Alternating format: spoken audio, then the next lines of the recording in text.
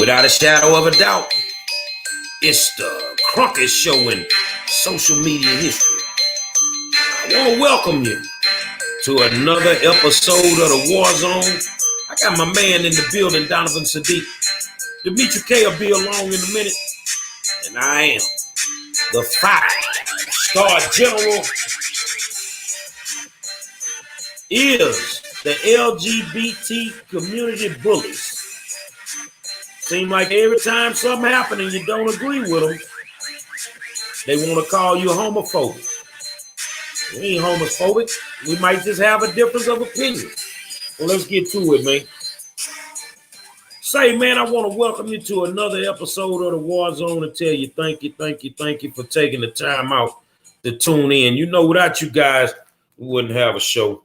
So I want to tell you thank you for taking time out to listen to us on a nightly basis. Make sure you share the video, man. Get it out there. Get it out there. Hit the share button on the video. Get it out there so that people can get the information. I was supposed to fly today. Didn't fly. Been dealing with some political stuff all day long, so I'll fly tomorrow and get back to doing the work that I normally do. And it is what it is. You feel what I'm saying? So tonight we may talk about a plethora of subjects, but I know we definitely want to talk about what we want to talk about. Donovan, fill us in on the news, my friend. Man, a lot of stuff going on in the news. You guys, welcome to the Tuesday edition of the War Zone. I hope you guys are having a great day. You guys are enjoying your summer. I'm seeing people flying here, going there, doing this, doing that, and that's a great thing. But when you get back, reality's still going to hit you. Have you guys heard Kamala Harris? There's been a poll out where the DNC is just now realizing, even though she placed 6th in the primaries and basically dropped out for mismanagement and not knowing what the hell she's talking about, having a talking point of, we need to ban Trump from Twitter. Remember that? That was her last big agenda item that she was running on, to ban Trump from Twitter. Well, they're saying, with a lot of her staff coming out allegedly saying these things bad about her and, you know, what's going on, and this is all alleged, that in a poll that they took, an internal poll of the Democratic Party, they are saying that they don't even see Kamala Harris beating Trump or any basic GOP person in 2024 who decides to run. Because as we know, Joe Biden is 78 years old. He's a very, very old guy. There's no guarantee he's going to run. For some reason, my feminazis think Kamala is going to be a great, great person to be president and stuff like that. But you guys got to remember, all you Kamala supporters, you need to remember this. Kamala was rejected overwhelmingly by Black people and brown people that knew her history.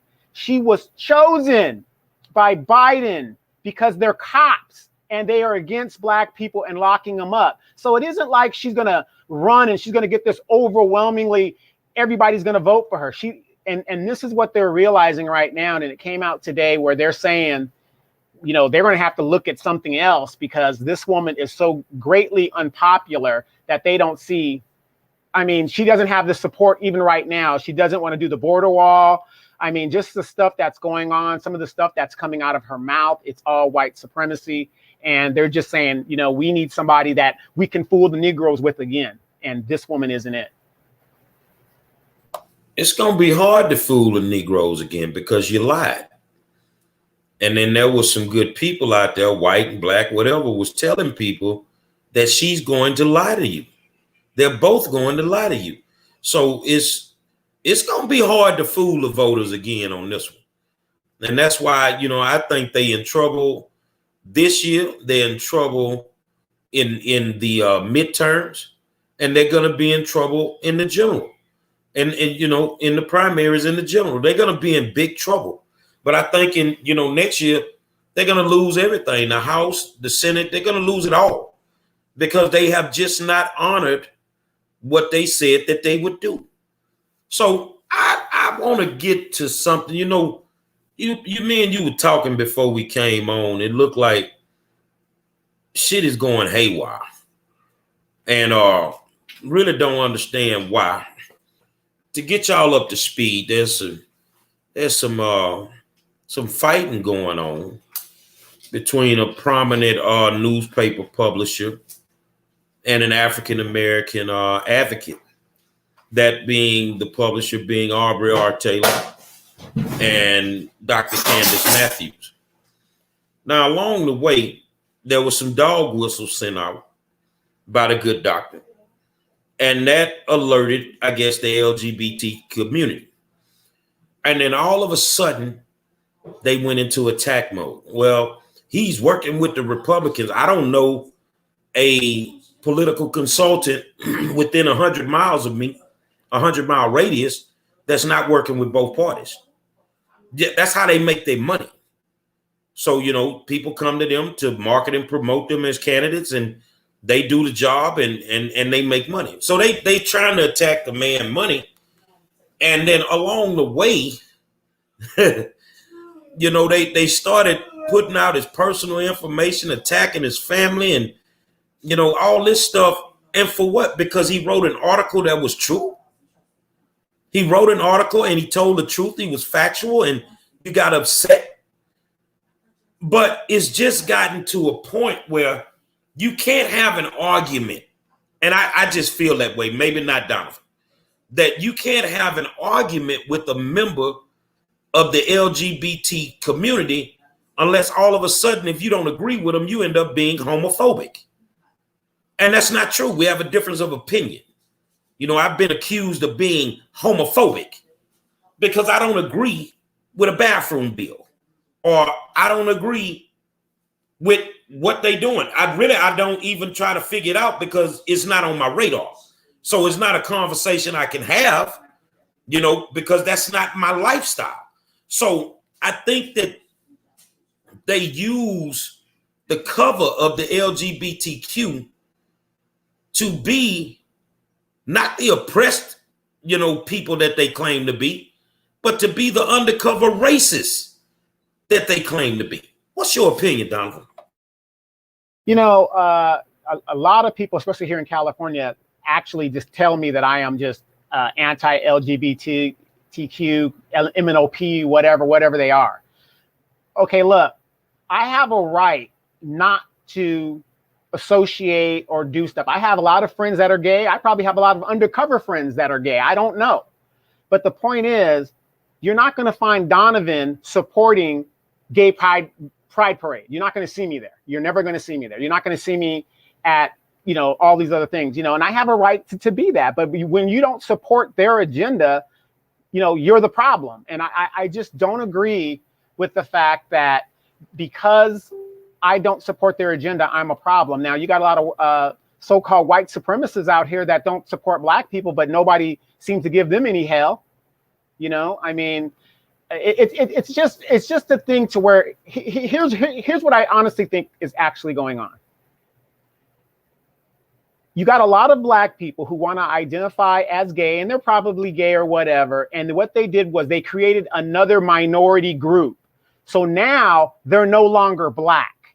Now they're just gay, or I'm part of the LGBTQ. You know what I mean? They made their own subrace or whatever the deal is so that they don't have to identify with being black. Now, like you say all the time, 5-star on the show, when they pull you over and the cop doesn't ask you, can I see your homosexual credentials?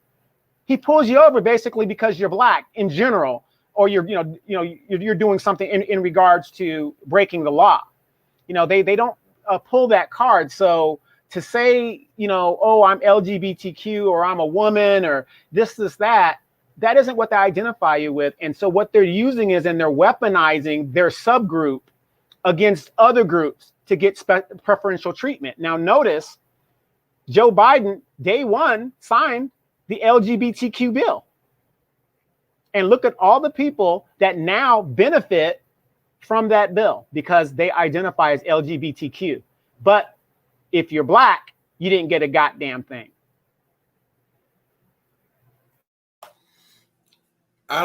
Like I say, man, I'm not a part of that movement.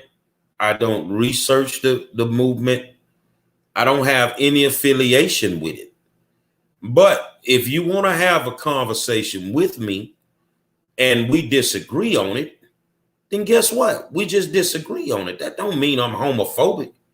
And I mean, in Houston, it is horrible. You can't disagree with anybody that's in these political. They have a LGBTQ. If I'm correct, if I'm wrong, y'all forgive me if you're LGBTQ. A pack called the Caucus. And somebody asked me one day, man, why don't you go join the caucus? For what? I don't believe in what they believe in. I'm not joining the caucus. What they're fighting for is something that I don't fight for on a daily basis. But to attack in the manner that they attack, I don't even like to use the word bullies, because I think once you get a certain age, you're just full of it. That's how I feel. That bully thing, I don't know. How you gonna bully me and I'm 53 years old? You know what I'm saying? It's just folks, they got this thing going on, especially in politics, where you can't say what you want to say. Well, in 2021, I'm Gary W. Monroe. I stand on all 10 of my toes. And if I say something once, I can say it twice. And that's how I feel about it. And if they don't like it, they just don't like it. But please don't drag me in the middle of y'all stuff, because that ain't got shit to do with me. And the thing is I won't respond. Oh, well, he's homophobic. So now if I don't respond, I'm homophobic too. I'm trying to figure this out. It is what it is. What's up, Dimitri? Nothing really. Just a little busy. I'm not. Forgive me. I'm not really for sure what we're talking about tonight. But hello, everybody. So, what's the topic? Is the LGBTQ community bullies? Are they bullies? Because sometimes when you get into discussions with them and you don't agree with them, all of a sudden you're homophobic. Well, no, you just have a difference of opinion. You know what I'm saying? So it's like every time you end up in a discussion, a rational discussion, and you don't agree, the whole thing just switches. You see what I'm saying? It just switches, and then all of a sudden, you the bad guy. So to me, I think the real question is, are they bullies or do they have power? Because bullies sometimes don't have power. Bullies have perceived power. But the LGBTQ community, they have what we call power because they have organization and they have unity and they, are on the same page. And so most of the time their agendas get heard and their agendas get met because they have gained power and they have become a powerful group. And so some would say, yeah, it can be bullying, every time you disagree with them. You can be labeled something that you're not. But to me, I see it as power. They have just become another group. Some people say a marginalized group, and they figured it out. They figured it out like, white people, Asians, Hispanics, all of them. They figured out that they are better together and they'll get what they need if they stick together. So, unfortunately, they, especially when it comes to Black people, they can also become an oppressor. I mean, we've seen a lot of, celebrities, let's say Kevin Hart, for example, made a homophobic, as some people say, comment 10, 15 years ago, and they made him apologize. And we've seen that over and over again. Now, if they didn't have any power, he wouldn't have apologized, but he knows that they could destroy his career because they have power. So... Yeah, I was saying basically the LGBTQ, a lot of people now that are in a marginalized groups have now migrated. They're LGBTQ before they're Black. They're LGBTQ before they're Hispanic. They're LGBT, you know what I mean? Because that group has power in regards to political power and all that other stuff. So it's almost as if, they don't want to identify, or they think they don't identify with the group that they originated from, to form this other group that has, like you said, power. Pioneer says transgenders also consist of a lot of Caucasians who are using their status to practice racism and hide behind their status. I've worked around Caucasians who pretend to be gay for racist purposes. I've seen that happen. I've seen it happen. I've seen it happen too many times. And the thing is, and I agree with one of our viewers. I don't know where the comment went. He said they have power just in the Democratic Party. And they push their agenda. They get what they want. You know, aren't they a protected class, Donovan? Yes, they are. They're a protected class of people when African Americans have been, murdered and brutalized for 400 and something years, and we're still not a protected class of people. So, I don't, man, I'm war ready. Like Donovan, the war might pop off tomorrow. You military ready. You jump in your plane and go do your thing. Me, I battle as much as I need to battle. But I don't wake up wanting to battle folk just because it's the thing to do. I pick and choose my battles wisely. So when I come, there's no excuses for what I end up doing. So whether they're LGBTQ, whatever, this ain't the smoke you want, bro. I see the bullying in Houston a lot, especially in the political arena. And they force the issue some days. I mean, we had a couple show up at a school board meeting that never spoke at a school board meeting before. And that particular night, it went haywire. Folks went to jail and all that. All of a sudden, they can use that to say they're fighting for children. And, well, goddamn, I ain't seen you before this meeting, and I ain't seen you one after that one. So how you fighting for the kids? You know what I'm saying? But that's just at the school board meeting, city council. I mean, the bullying, the talking bad. And I mean, some of them get so bad that before you know it, if you disagree, you all kind of bitches and hoes and all this here. And it got so bad with me one day, I had to call the dude and check him. Now, we ain't gonna have this homeboy. This ain't finna pop with me. You might want to get your mind right. But before I can fight for LGBTQ rights, I have to fight for Black people's rights. That is more important to me than what you guys are going through. Just like I say, when they fix us and do right by us, then I will care about kids in cages. Until then, I got kids at home that can't learn nothing. You see what I'm saying? That's Black. So I can't fight for their rights because I don't understand all this shit. Yeah, you said something a couple months back, transracial. Why don't we just form our group where we could just become transracial? So, if I want to identify as white, you got to accept it. I'm transracial.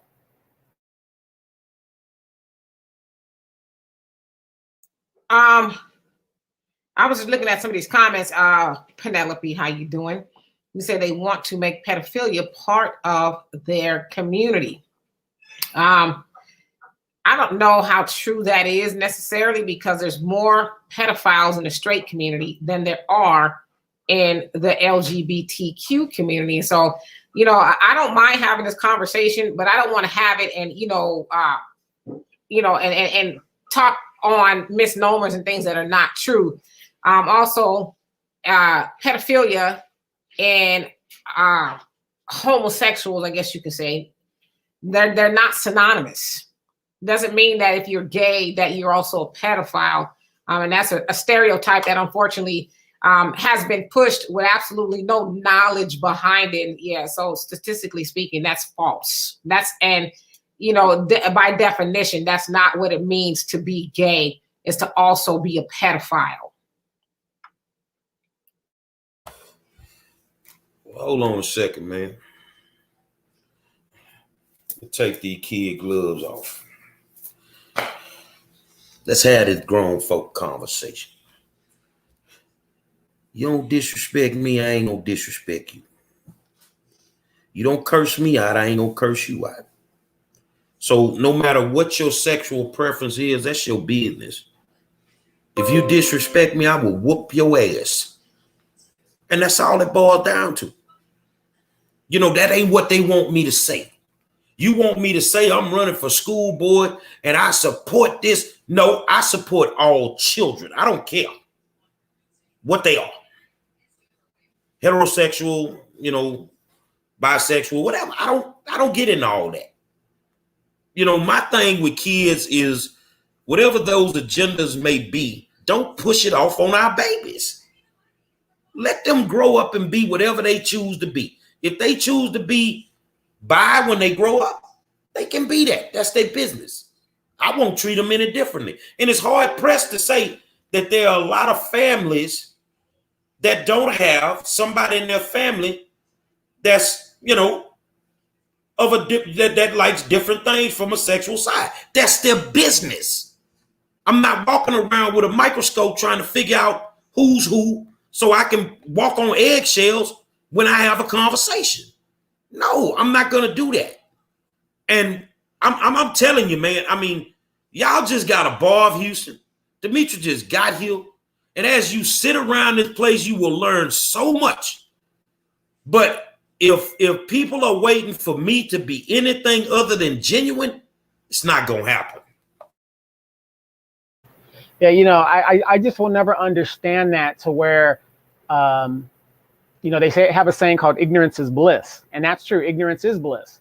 But, you know, there's always been these people in the community and throughout history that have this alternative lifestyle that we all talk about. But then, you know, when it comes to our kids, where is the standard? You know what I mean? We've got to establish a standard to what is society. I don't care if you're black, white, whatever, says that this is what's going to make the society grow. Now, I just believe a society can't grow if men are dating men and women are dating women. And that's just my preference on that.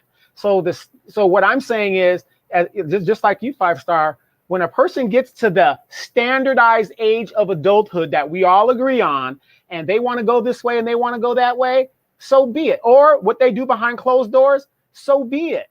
But we got to stop telling a lot of these children who should have no business even talking or even dealing with the sexual aspect of that, when they should be studying school and getting ready to prepare to do what they're supposed to do. We are so busy throwing this lifestyle into these kids' faces. And I'm talking heterosexual as well. You know, the videos, the award shows, all this sexualization that our kids are subjected to. And then we wonder why they get out there and they're promiscuous and they're, you know, doing all this crap out there. We've got to start setting a standard that's acceptable to everybody involved. Now, all three of us have made statements. I don't think one statement we made was homophobic. But you see what I'm saying? You see what I'm saying? It's not one statement that was made that was homophobic. But because we have a difference of opinion, now we're homophobic. So I'm going to say this here. I'm heterosexual. I'm embedded in the way that I was raised. I was raised with Christian values. Along the way, I switched up a little bit. Started studying the Muslim side. So if I don't agree with you, I just don't agree with you. I'm not homophobic. And I'm not going to debate that point. You know why? Because your perception is your reality. Whatever you perceive to be true, can't nobody tell you it's wrong. And if that's what you feel in your heart, then that's what you feel. But you want to force me. Maybe when I said I'm going to support all children. See, you want to force me to say something. And I'm not. I support all children. And throughout my years of advocacy, Black, white, Latino, Asian, special ed, LGBTQ community kids went hard in the paint for them. But I'm not asking about a child's sexuality when I'm representing them. Now, if that comes into play because that may be the issue, then we're going to battle. You see what I'm saying? But I don't think that there's one comment that was made by anybody that was homophobic. She talking about somebody in the comments made a homophobic comment. Well, you know, in the comments, they go hard in the paint. They go hard in the paint, and them people opinionated over there, man. That's when y'all see me like this here. That's because I ain't got my glasses on, so I'm trying to get close to the screen because some of y'all be saying some wild shit, man.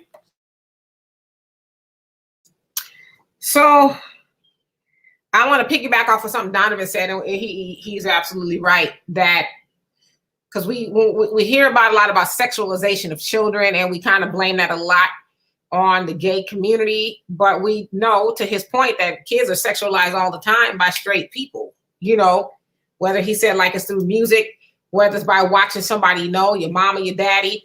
And a lot of gay people that I've talked to said that they were actually turned out by a family member, somebody who was supposed to be straight, you know, who sexually abused them. And, you know, for whatever reason, that's just the way they ended up. And so, again, you know, I think we should do our best to dispel the stereotypes that, you know, the gay community is trying to sexualize people. I think everybody from the straight and the gay community is probably guilty of that, even if it's subconsciously, we're guilty of that. And then somebody also made reference to the Bible about Adam and Eve and Adam and Steve. I mean, what if you don't adhere to the Bible? The Bible is only for those who adhere to it. You know, Christianity, Catholicism, whatever, you know, but everybody doesn't subscribe to the Bible. And so, I mean, I think we need to speak in more broader terms because as we also know, King James was a homosexual. So did he write that in there that it was for Adam and Steve and or Adam and Eve, not Adam and Steve? I mean, like we need to get used to telling the whole story because it is a fact that King James was a gay man and a hypocrite, evidently. Well, you know me, I always say it. I don't read the slave manual. I feel the Bible was created to control black slaves. That's what I feel. And, you know, it was used as a tool to control us. But I was raised a certain way. I was raised, you know, in the Baptist church. And it was a certain way that, you know, mom raised us. And that's what it was. The lifestyle, everything that comes with it. I believe that, especially from a young black boy perspective, that it demasculates our young black boys. It demasculates our young black boys. And therefore, we don't have enough young black boys turning out to be good black men. They're not. I'm sorry. They're not. And that is a problem, you know, and I just think like, and I defer to the school system. I mean, even some things in the school system teachers can't do, but the kids can. You see what I'm saying? From that type of experience, it's like you forcing this on these kids when you shouldn't be doing that. And I'm like you, Donovan, set a standard. Set a standard. But allow these babies to be babies. Allow them to be teenagers. Allow them to be young adults. And then if they decide that's what they want to do, then that's what they do. But like Demetra said, I've heard that before, that a lot of times it happens with family members. You see what I'm saying? So, you know, I am not the guy, and I did an interview the other day. You know, how do you feel about a bathroom bill? I believe that men should use the men's bathroom and women should use the women's bathroom. I'm sorry. There's a unisex bathroom that everybody can use. And they put unisex in the airport. They put them, you know, City Hall. They everywhere now. But it's like you got to force this on us. And if we don't agree, then we the devil. No.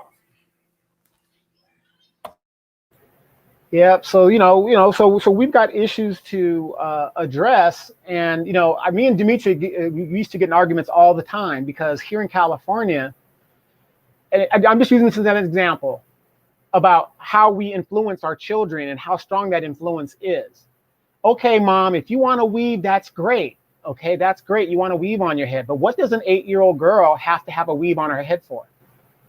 And then what do you think that's going to do to her, or even to our young boys when they see mama doesn't wear her natural hair at all she wears is, you know, the European thing going like that. You know, I mean, I'm going to tell you straight out, when I was growing up and if I had seen my mom constantly wearing something like that, I would be like, well, obviously there's something wrong with our hair because my mom doesn't even want to wear it. But That's what I mean about the sexual, and we're not talking about weave here. We're talking about the sexualization. That's how strong it is and how much influence we have on these kids, because you see these young teenage girls looking like the mom or the Cardi B's. And then you have the women our age, 50, 55, 56 years old with the big old eye feelers looking the exact same way. And I say this all the time, and you guys know I say this.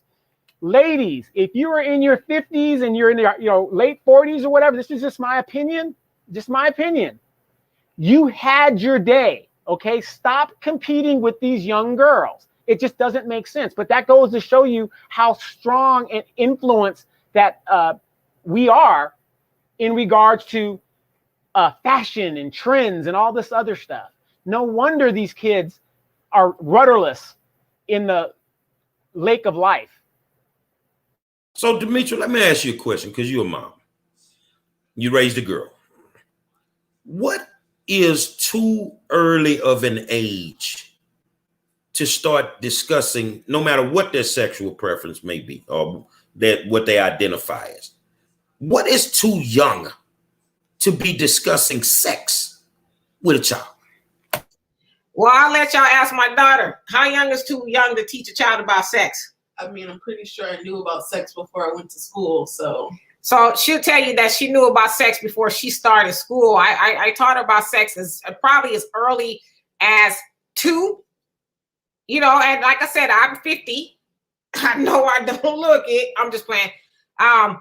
But I've never heard the birds and the bees. I couldn't even tell you how that story starts, because I have a father who was brutally honest with my siblings and I about everything. Like a lot of these pictures y'all see about slavery with the man with the whips and stuff on his back, I was probably 1 when I saw pictures like that. And so nothing was ever shielded from me. And so I didn't do that with my daughter. So she heard about sex. And like I said, it wasn't that watered down stuff at a very young age. And, you know, whatever, pat on the back of that. I don't have no grandkids and, you know, none of that stuff yet.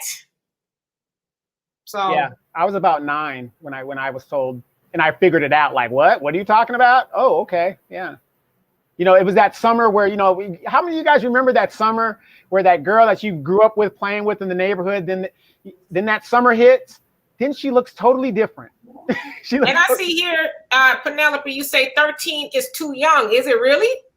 Is 13 too young when your child has already gone through elementary school? And trust me, I got a 10-year-old niece. 13 is 8th grade, right? The 7th, something like that. Okay. I got a 10-year-old niece, and that girl is well versed on a lot of things that will make you say, really? You know what I'm saying? So by the time that they're 13, they've gone to elementary school and they're already in middle school, junior high, whatever.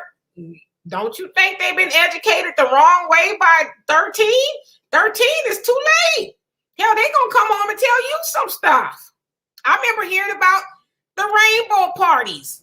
You know, from my daughter, she learned that at school. I'm like, what the hell is a rainbow party? Now, I ain't gonna tell y'all. Y'all have to figure it out if you don't already know, but I was blown away. And it does not have anything to do with being gay. It was a term that they were using when she was in junior high. And I was like, oh, okay. Well, in my house, it started about 10. Started about 10 years old. I mean, but the thing is you know, I would always tell them, stay away from it. Stay away from sex. You got time. You got plenty of time, man. Let's get these books out the way. Let's get some college under our belt or start a business, and then you can worry about that. You got plenty time. And and there's nothing wrong with parents teaching their children, you know, about sex at a very, very young age, because with everything that's going on nowadays, they need to be able to come home and tell you if somebody done tried to mess with them. You know, they have to be able to come home and tell you before you find out the wrong way, and then you show up and want to kill everybody. But I don't know what a rainbow party is. I ain't even trying to figure it out, but it sounds interesting. You know, but the thing is for me, I think that, like in Texas, you don't want to teach sexual education, but you create a curriculum especially for black kids, to teach them how to interact with the police. You teach them that. But, you know, how many young girls are walking around the high school pregnant? But you don't want to teach them that. You don't want to teach them that. You don't want to bring that in the building at all. But they need to know how to deal with the police if he pull them over at a traffic stop. Y'all tell me, man. Yeah, wasn't there an episode of Good Times where Penny and Malona, and Malona was like, "Oh, she's got the mumps" or something like that, you know, because it was a difficult thing to say. But I mean, the reality of it is, you know, this stuff is going on. So yeah, how young is too young? I mean, these kids. I mean, I see 3-year-olds messing with cell phones and playing games on it. So, you know, I'm not saying a 3-year-old, but I'm just saying that's how advanced these kids are. See, the problem is we make sex a dirty thing. We make sex bad.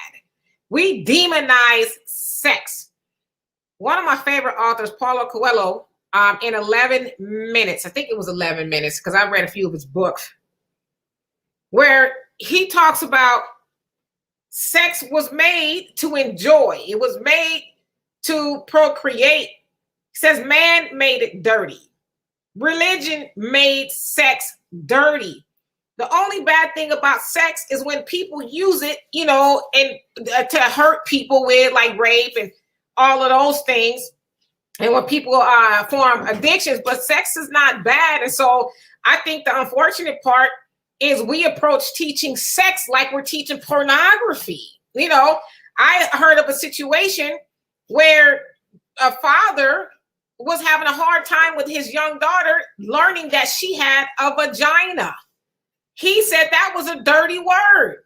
He wanted to give it a, you know, little nickname or something. It's like, but that's technically what it is. So why are we looking at teaching sex from a dirty point of view? And that's why they get out into the world. And then especially now with this music and all the stuff they see in the kids having sex on TV. I mean, I hate to say it, but you a fool if you don't teach your kids about sex now at an early age, because they're going to learn it the wrong way. Now that I totally agree with. I think you got to have those conversations. Like my father, and he ended up being an alcoholic. So he would say, well, I don't want you to drink. Well, you know me, I'm going to sneak around and drink me a couple every now and then anyway. That's how he was. So one day he figured it out. And he went and bought a case of Schlitz malt liquor bull. And he put it on the porch in the cooler. And he said, we finna sit here and we finna drink it all. And I want you to tell me how you feel when we get through. I can get a 12-pack of beer at 53 years old. It will last me 3 months. Because I didn't like how I felt. I had an uncle, my cousin Tim, used to like to sneak and smoke cigarettes. So he put him in the closet one day with 2 packs of Cools. Smoke them all. When he finished smoking them, he was so high, he never smoked again a day in his life. Old folk had a way of teaching you things that nowadays some people would go to jail for doing. You know what I'm saying? They just did it their way, like your dad. He just did it his way. And he was straight up when he did it. You see what I'm saying? But when you look at the fruit that fell off of his tree, maybe he did it the right way. You see what I'm saying? So, you know, at the end of the day, I just believe like schools are failing when it comes to educating these kids on the sex thing, but they ain't got no problem letting you be who you need to be in the schoolhouse. But they don't want to teach you nothing so that you can be ahead of the learning curve. Because what you don't teach your kid at home, they're going to learn it regardless. Now, the thing is, they may learn it the wrong way. You see what I'm saying? They may learn it the wrong way. My nephew thought I was crazy the first time I made him put a condom on a banana. No, you need to learn how to do this, homeboy. And he thought, you know me, I'm crazy. So, you know, I had a condom. I had some rental, you know, the plastic wrap. And I had some aluminum foil. I don't give a damn what you wrap it up with. Wrap it up, homeboy. Because you might mess around and get something more than a baby. You never know. You see what I'm saying, Donovan? I'm just reading some of these comments. I got some really good comments in here. But yeah, but you know, them old folks, the stuff that they used to do, yeah, they would technically be locked up nowadays for what's going on. But you know, but again, my question is this: since we live in a follow me and influencer society, how do you go about and explain to kids, two women, grown women that are rappers, scissoring each other on network TV? What do you say in a situation like that?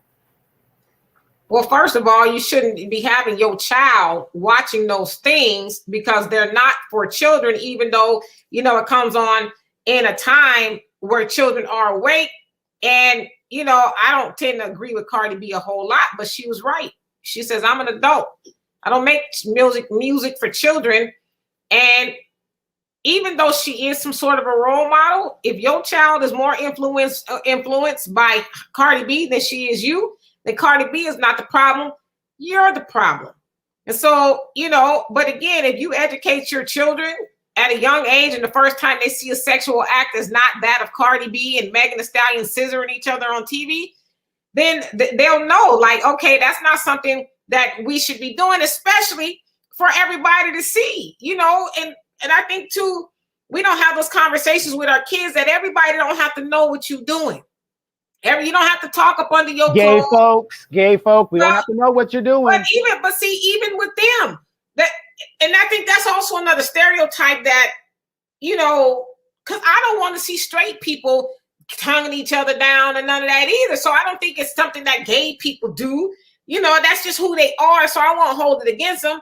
But I don't think anybody should be out in public carrying on doing the most. You guys can define what the most is. And Penelope, you made a good point in regards to church demonizing sex. Church scared the hell out of a lot of us in regards to sex. I mean, we've heard so many horror stories, but it's like, then why are these little girls popping up pregnant up in the church? It's not working, you know? So it's like, it behooves you to tell the truth. It's for procreation. Do those things when you're with somebody who's going to help you take care of this child, preferably when you're married. So teach people to do it the right way instead of freaking them out. But it's our job to teach our children about sex, and don't teach it to them from a scary point of view. I mean, some people just scare the hell out of their kids to where they don't even never want to do it ever. Yeah. Well, I wasn't one of them kids. I wasn't scared. Oh no, I wasn't scared. But I'm joking. But the thing is you had asked a question.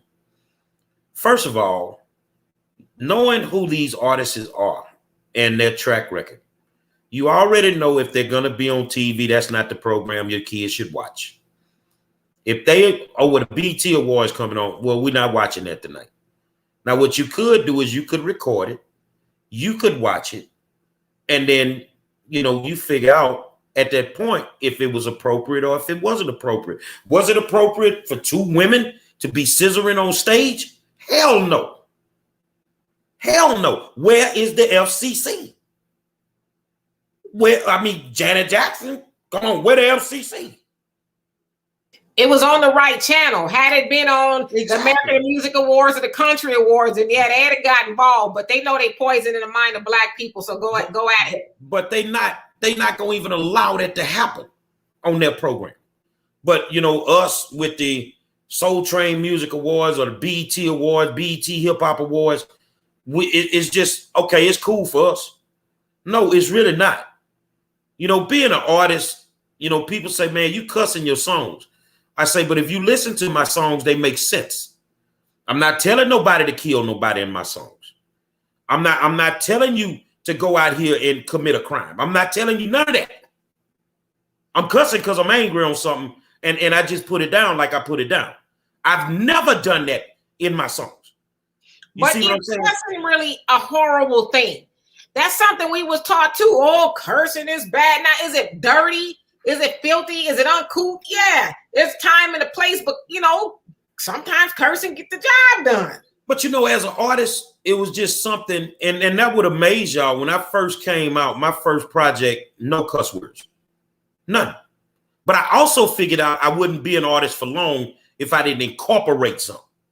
You see what I'm saying? Because nobody was going to buy a clean album. They just wasn't going to do it. So, you know, me, I've never been the artist to say, well, man, I apologize for the things that I used to say. Hell no. Every story I ever told in a record is true. It's true. But nowadays, with everything that's going on, I think as artists, we have to be more conscious because these kids are like sponges now. They really believe that these rappers are multi-millionaires. Oh, well, Big Pokey got 4 million streams on his record so far. How much that equate to? About what? $3,000? There ain't no money, man. He fucking broke. So, you know, I just believe there's a time and there's a place to have the discussion with sex. There's a time and there's a place. I don't trust the church no more for nothing. Nothing. To educate nothing. Because they've taken that Bible, that Christian Bible in some of these churches, and they've made it fit the narrative. Well, God said, don't judge. But God also said what was an abomination too. But, you know, as we got older, I think when we hit our 30s, Demetri and Donovan, you saw the change in the church. And then all this stuff started becoming more acceptable. Even in the school system. Back when I was going to school, if a girl got pregnant, she disappeared. She went to a school with pregnant girls. You see what I'm saying? But now it ain't nothing to see 11-year-old walk around the school with a big belly and pregnant. And what I tell parents when they come to me, Mr. Monroe, she's destroyed her life. It will be hard to come back from that. Now, a lot of girls make it back, but there are a lot who don't make it back. And I got a couple in my family that had babies at 12 and 13 years old, and their lives are tormented right now. At 20-something years old, it's tormented. No diploma, no education, because grandma in the club, she ain't taking care of no babies, man. Well, you know, here's the thing with that scenario. Sometimes, you know, I have nieces, and I'm the crazy uncle to them. I tell them all kinds of stuff because I gave them the game, but of course they didn't want to adhere to it. But you know, there's something that, and I'm very sure some of you ladies have told your daughters or whatever. I used to tell my nieces, and they were like, "What?" Don't get me wrong. I'm all for the strong Black woman. You don't need no man, whatever. Even though that's bullshit, we need each other. But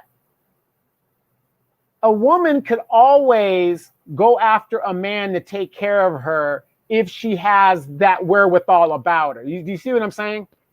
And I'm not saying that makes you any less. I'm just saying if I was a woman and I'm attractive and I've got, you know, I'm a go-getter, whatever, and I wanted to be a housewife because that's what our parents were doing back in the day. My mom, when she graduated high school, she was prepared to be a housewife.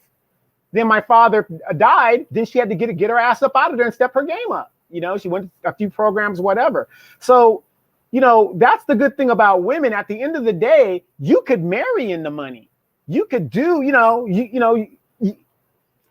Demetri, what's that saying? As long as you got, it makes no sense for a woman to have an empty pocketbook. It makes no sense. That's right. I'm just trying to look at some of these other comments on here. Yes, the Pioneer, you're absolutely right. Fewer girls are actually getting pregnant now than they were in the 70s and 80s. That is true.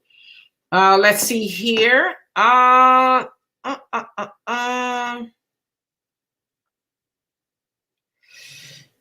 I see a lot of people talking about they don't have TV and cable. Up until recently, I didn't have it either for a very long time. I didn't raise my daughter with a TV. I didn't raise my daughter on TV.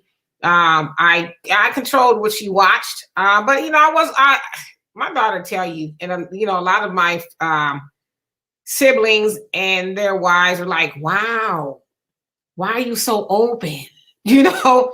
Because I just didn't want my daughter growing up confused or wondering about anything. I wanted her to hear it straight from me, you know, straight, no chaser. And I've always raised her like that. I've never candy coated anything for her, but I also knew that I had to be careful what went into her brain, and sitting her in front of TV all day. That wasn't going to be helpful. And nowadays you have a lot of parents who sit their children in front of phones and tablets, and they're Yeah, scrolling all day and watching it. You don't, and I hate to say it, a lot of parents aren't even checking what their kids are looking at anymore. It's a babysitter. The phone is a technical babysitter. Make sure that the kids, are occupied and they don't bother mama or daddy, but you don't know what they're being inculcated with at all. You don't know what's being rammed into their brain. And because why do you think they call people on the internet influencers? Because they influence you to do whatever they're selling or whatever their agenda is. And to me, I think it's poor parenting for a parent to have their child on even social media, right? Social media, and you're not watching them. I think that's poor parenting, because I remember when my daughter got a computer and I got her the internet, they told you, sit your computer in the living room. Don't let them be off in the room by themselves with the computer, because back then, and they're still doing it, but kids were getting trafficked by, being online and you not knowing who they talking to. And then you come home and they ain't in their room and they done been trafficked all the way across the country via the computer. So, we got to be a little bit more diligent when it comes to what goes into the minds of our children. But what's crazy is you could do all that at home, and then they go to school with the computer, and the internet or Wi-Fi in the building doesn't have a filter on. This is something I've complained about forever. I know schools out here do. They have some sort of a filter. Schools out here, well, in California rather. HISD does not have a filter. These kids see more naked ass than you can see in a porn movie. And that's the crazy part. You got allhiphop.com, you got Pornhub, you got all this stuff that these kids can get to during the course of a day. And those that are out there that are in education that make the decisions, y'all need to really put filters on them Wi-Fi's, man, so that these kids can't get to that during the course of a school day, because you at home and you doing everything the right way, and then all of a sudden you have a breakdown. Well, what happened? Remember where they spend 75% of their day at? A building that has no structure, no discipline, no filter on the goddamn Wi-Fi. So ain't no telling what they saying, who they talking to, what they talking about, and what they watching. Yeah, I mean, you just, I don't know. I just, I feel sorry for these kids nowadays. Parents are really just, not all parents, but a lot of parents have just dropped the ball. They simply get checked out. Yeah, they don't care what their kids are doing. It's like, whoo, they ain't bothering me. Well, what's that saying? You got parents that are teaching their kids how to smoke the weed and roll the weed and do all that other. They're I'm not saying all, but that's where we're at, where it's all about me, and not about the kids and the kids' best interest and welfare. I just think once you teach a kid, you can't. I mean, kids gonna do what they gonna do, but if you lay a foundation early, not when they're 13, early on, because they say a child, and I'm not a psychologist, but from what I understand, their personalities and all that are formed by the age of 4 or something like that. So if you wait until they're 13 to teach them something, hell, they done already learned to be who they're gonna be, really to that point. So you got to start shaping their minds early. Yeah, you can't wait to raise them when they're 13, 14, 15 years old. Because by that time, if you have not done anything, then they're going to whoop your ass, or they're going to try, and that's an issue for me with some people, that it's a lot of things going on. Like a kid, 7 years old, I'm confused. Confused about what?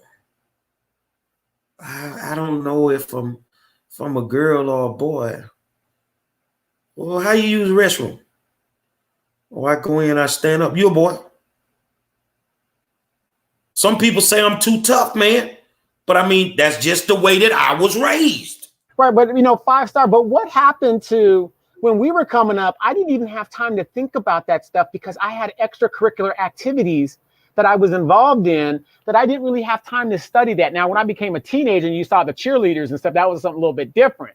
But my point was, even with the cheerleaders, I was still focused on basketball and, what I was doing. You know what I mean? These kids now don't even play sports. And it's really sad when you see Black kids that aren't athletic at all. You ask, what do you do? Oh, I play games. You know, what kind of game? Video games. Well, what about, you know, football, whatever. I'm not saying they have to, but I'm just saying that goes to show you how, you know, our kids have just become so far left that you're letting all these other groups go and get the money and get the fame. My daughter's having a conniption listening to you guys. She's like, oh my God. I don't think kids are any more confused now. I mean, I don't have any statistics, no data on it, rather. I don't think kids are any more confused now than they were back then. I just think now that it's been more acceptable for them to say who they are. I mean, how do you think you got these older gentlemen who are in their 50s and 60s who are now coming out as gay? And they got kids and everything. You know why? Because when they were growing up, that wasn't acceptable. So they went along with the lifestyle, like, okay, I'm getting you a wife. I'm gonna have these kids, you know, I'm just gonna play along. And then when they finally, you know, get older, they're like, that's not who I am. Because I know a lot of, you know, people gay people who have kids and then they're gay, but it's like they were always that, but they didn't feel safe enough to, you know, to come out because perhaps they had a mom, or they finished a mom or a dad or somebody who was like, I'm not having it. So they just played the game, broke some poor lady's heart or a man, depending on who it was, because they pretended to be somebody they weren't. Yeah, you know, I think about like Bruce Jenner. You know, I'm just thinking, here's a guy that did the, you know, heptathlon in the Olympics and was a man's man and all that other good stuff. And then you see him now, Caitlyn, whatever he calls himself, because I think he has like 4 or 5 kids because he was married prior. Yeah, he does. Yeah. And, you know, it's like, what do you say? I'm confused. I'm confused. People are confused because they're not true to themselves. And that's another thing we don't teach. And listen, I'm not an advocate for anything other than what I am. Okay. And I'm not against anybody or anything like that. But I think we don't teach people to be true to themselves. We teach them to be true to what we want them to be. You know what I'm saying? And so if for whatever reason you have a child that is gay, and you know about it, you know, listen, I'd imagine you don't like it, but what can you do about it?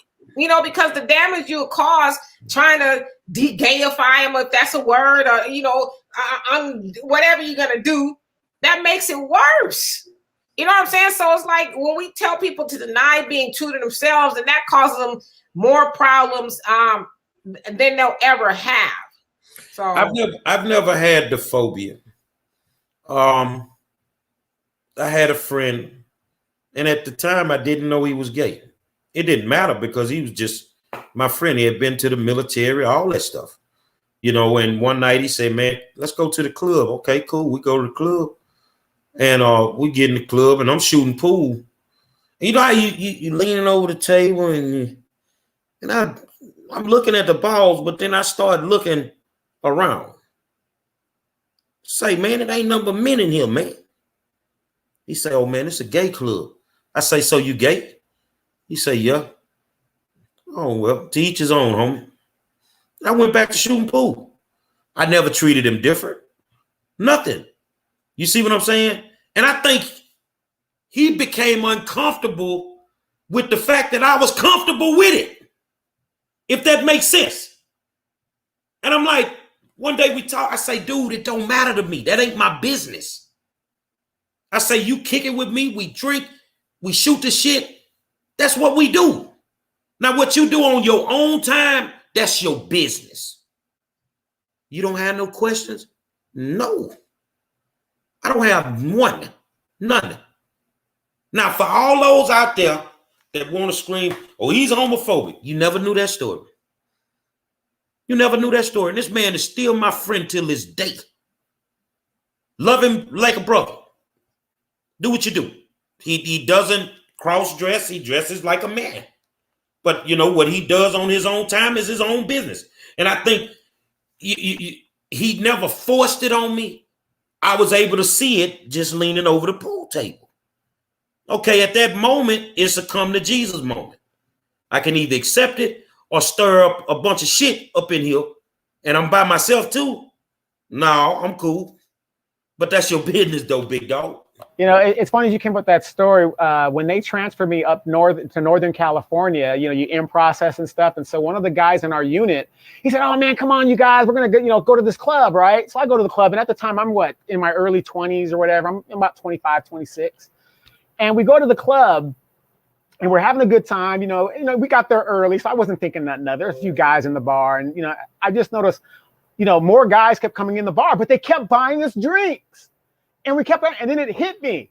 Oh my God, I'm near San Francisco. We're in a gay bar, and I'm just like shocked, right? And I go to my friend that brought us there, who was not gay. I said, "Dude, this is a gay bar. What's going on?" He was like, "Yeah, I know." I said, "What are we doing here?" He said, "Have you paid for drinks since the whole time you've been here?" I said, "No." "What's the problem?" I said, "You know what? You're right. You're right. Ain't no problem." I see this comment, Truth Freedom. How you doing? You say, before we were captured and enslaved by these whatevers, none of us were accepting of these people or their ways. Now we make a way to understand it. Foolishness, stand on what is righteous. Well, I would just venture to say it's not for you to understand if that's not who you are. We try to make everybody fit into our definition of what's righteous. Can you define what righteousness is? I guarantee you everybody has their own separate definition as to what that is. And there are some places in Africa and other places in the world that, men were with men and they didn't deem it to be homosexual. It was some cases like a rite of passage. And so it really is to what you interpret it. But I just really think, we should first understand it ain't for you to understand.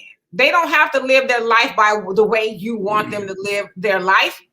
You people should mind their own business and do what they're doing, because usually it's the highfalutin Christians running around with a Bible under their hand, dipping in and out of closets, trying to tell everybody else not to do it. You better be careful or you bump into somebody in there. But didn't I say that earlier with me? I don't even try to understand it. It ain't my business. I don't need to figure it out. I don't need to know the data, none of that stuff from that. The only thing I see with my partner is he my partner. And if something pop off, he ready to fly off the handle too. So, what you do in your bedroom is your business. But the only thing I think we started in the beginning, like we've had a good conversation about this. And I think we all took off the kid gloves with this thing. And no matter what anybody says, somebody's going to have a problem with each and every one of our comments. Somebody will have a problem with it because we don't understand it. Some of us just don't understand it. So, but for me, I'm not trying to understand it. It's something that I don't have the time to even worry about. So if I'm not worrying about my heterosexual partner, who he putting a dick to, I'm not worrying about my gay partner either. But I ain't going to treat either one of them no differently than I treat the other one.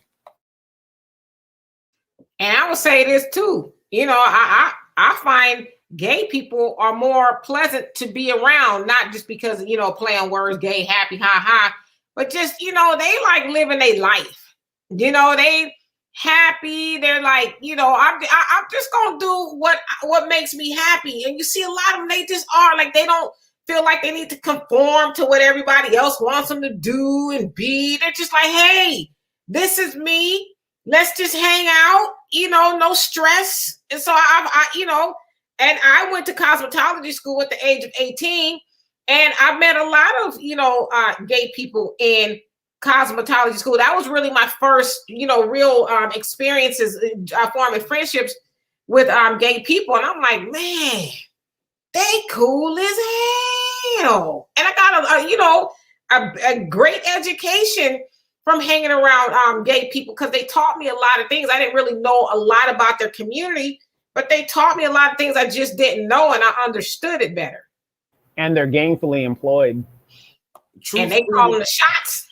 Truth, freedom. I don't want to cover you up. Yes, what is righteous is what is written. Sodom, Gomorrah explains the results of this way. Now that we have a stronghold in everything, elementary schools, government, rights, etc., we will be judged. If you live by that that biblical lifestyle. Some people don't believe in it. I don't read the slave manual. I'm sorry, I don't. And Sodom and Gomorrah, let me ask y'all a question. Because Demetri, you live in there. Well, when the last time you looked at the news and seen a gay man do a drive-by? That's you straight motherfuckers out there with that crazy shit. The murder rate in this city is being done by people that are heterosexual, most of them. I know the data will reflect that. Now, I will say in Houston that a lot of trans and gay people have been attacked. A couple have been murdered. But for what reason? Man, get out of people motherfucking hives, man. People want to talk about gay people. Well, some of you motherfuckers don't want to open your closet door either. Because y'all got some shit in there, man. Whole bunch of you R. Kelly's running around this motherfucker. Yeah, real quick, you hear a lot about transgenders being assaulted and stuff like that. But what they don't also tell you is, like Demetri said, you got the ones that are comfortable, the people that are comfortable in their sexuality and they're gay and they're out there and, they're not like, excuse me if I'm being disrespectful. I don't mean to be. I'm not saying they're out there flaming and just, going at it, whatever. The people that are comfortable in their skin, right? But you hear this thing about the violence against Black transgenders. And there was a celebrity or somebody saying that Black people have to accept the fact that, that we're biased against Black transgenders. Well, what they're not telling you is a lot of these transgenders aren't being honest and upfront with the men that they meet. And, let's just face it. Okay, I see this guy or this woman, whatever, and I think it's a woman and she's coming off as a woman. And then I find out she's a man. Who took my right to choose? Was it me or was it the transgender not being honest? Now, you guys have watched Jerry Springer. And the first thing you see is those guys just going at it. The minute they find out that dude or that female. Cut that out, Donovan. Cut that out. I think me and Demetri are on the same level on this one. I think me and you on the same level too, because a lot of those men know who they messing with. They know who they messing with. Because my daughter just came in here. She can hear. She was like, they get mad when they get caught. That's when they are. Exactly. Know. But they know. Right. But the numbers of the assaulting, though, when they're throwing those numbers out. So you're saying that all those numbers are fictitious? Oh, come on, man. A lot of them dudes know who they messing with. They know I'm not saying all them numbers are fictitious, but you know who you fucking with, man. You can't, like Jerry Springer, I used to just sitting there like this here. You mean to tell me this motherfucker been with this man 3 years? And you didn't know it was a man? Yes, you did, but not everybody else know. That's why you're on the stage fighting. You didn't want nobody to know, young buck. And that's the problem. And if that's what you into, do it unapologetically. But the problem is they live these lifestyles. Oh, I would never, and I'm all about women and all this other stuff. And then they get discovered like Mace, and a whole bunch of them. Wait, when you say Mace, he's a preacher. That's slave man again. That's slave man. But I mean, you would never guess. You could guess with Mace. But when you look at Queen Latifah all these years, you knew. You just knew. You were just waiting on it. But here's the thing. Go ahead. What I was going to say was, is she made you wait before she did it, before she said it. You ain't going to make me tell you about my sexual preference. You can look at it and see. You can just look at it and see. The Lady of Rage, come on, man. She got a couple of kids. Oh, come on, man. But to your point, that's who I am, who says I got to tell you? You ain't gonna make me tell you. It's none of your business what I do with who I'm doing it with. I'm under no obligation to disclose that to you. But then you have these people who want to out you anyway, you know, and people been trying to out Queen Latifah for a long time, but she stayed at the chorus like, it's not important to me that you know that. Well, Dimitri, you know, Queen Latifah's mate danced at Bree Studio, right? Ebony? Yeah, I heard that. Yeah. But like they say, the brat is classy. You know, I just knew it because I kind of knew women, and everybody like, oh, the brat gay. I say, boy, if that girl take off them bag ass jeans, she gonna shock you. But they also say Lisa Ray. Lisa Ray is when you got that kind of money, like I'm gonna give you the prime example. They used to pick on him all the time. Tevin Campbell. Oh, Tevin Campbell's gay. I say if you got the kind of money Tevin Campbell got, you can be whatever the fuck you want to be. Cause I know some straight motherfuckers ain't got $20. Yeah, but you know, unfortunately, it kind of ruined Kevin's career. You know, again, I think he came out. You know, he was around during the time where it was taboo. You know, and then he got caught. Well, if even caught is a word, but you know, people found out who he is rather, and you know, I guess for whatever reason he felt some shame.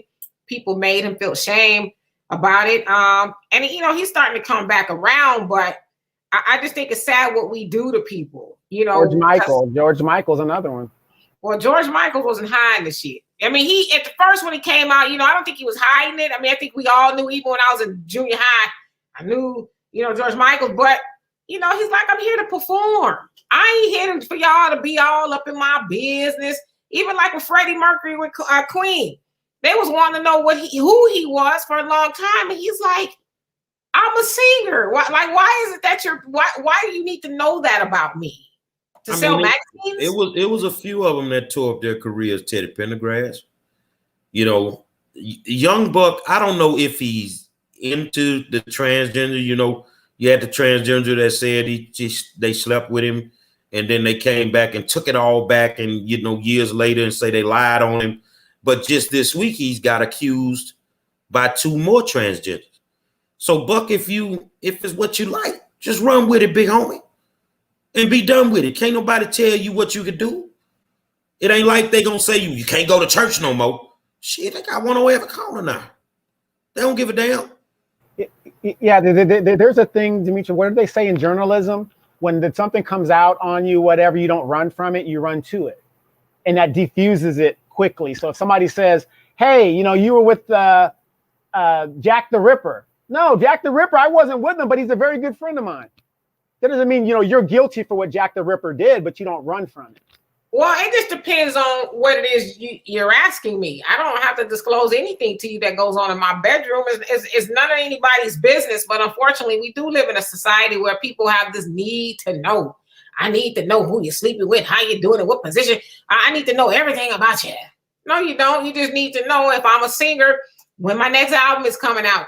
You don't need to know what I'm doing behind closed doors. It's none of your business, but people get offended by that, you know, and I see people in the comment section kind of outing some people that, you know, that haven't come out themselves. And so, you know, I personally just kind of stay away from that because, you know, I couldn't imagine somebody forcing me to disclose something that I didn't feel like I needed to disclose. You know, I think we really should, you know, look in the mirror and figure out what the hell we need to be doing. Final thoughts, Donald. Hey, final thoughts. Again, it's we haven't even got to the midday, the midweek thing, so that's a great thing. But a lot of stuff's going to be coming down the pipe politically. The Democrats are gearing up. They are actually gearing up to spin those lies to you guys. And all I'm going to tell you guys is this: you got fooled me once, shame on you. Fool me twice, that's going to be shame on me. And if you guys get fooled by the BS, I'm not telling you don't vote Democratic. I'm not telling you don't do this, don't do that.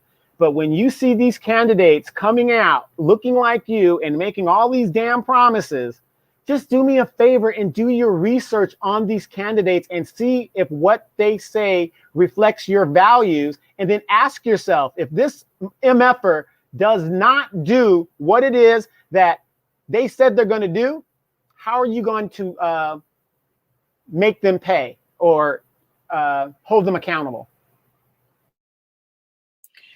Yeah, I mean, my closing words are, I mean, I just think people again should be true to themselves. Whatever that is, if you're not harming anybody, be true to yourself. Do what comes naturally to you. Again, as long as it's not harming anybody else, but never try to deny who you are, because you'll have more problems in the long run. And if you have somebody in your life, a child or whoever, who may be questioning, do your best not to make them feel bad, but try to understand so you can help them in the long run and whatever decision they need to make. My final thoughts, man. Your business ain't show business. That's all it boils down to. Your business ain't show business. You ain't got to show nobody nothing. Do you? My LGBTQ community in Houston, I've gone to bat for your baby several times. Don't believe a bitter dude who 43 years old living at his mama house trying to come for me. Man, I ain't lived in my mama house in almost 40 years. And you 43 years old living in your mama house. I tell you what, though. Next week, I went got a heavyweight, man. Y'all want to talk that shit, huh? Straight off American Gangsters. Straight off American Gangsters. DeRhonda Hooks. They call her Big 50. She gonna ride with the OG. Now, I hope y'all don't get offended. Because if you think I'm bad, shit, 50 real as they come. Detroit and Houston, man, it's finna be buck wow. That's all I can tell you. And she ain't sugarcoating nothing. One of the biggest trap queens Detroit, Michigan ever seen in their life. If you don't know who Big 50 is, go watch American Gangsters, Trap Queens, and then you'll figure it out. You feel what I'm saying? Say, man, it's a reason we the best in the business. They try to duplicate it. You couldn't if you had the damn blueprint.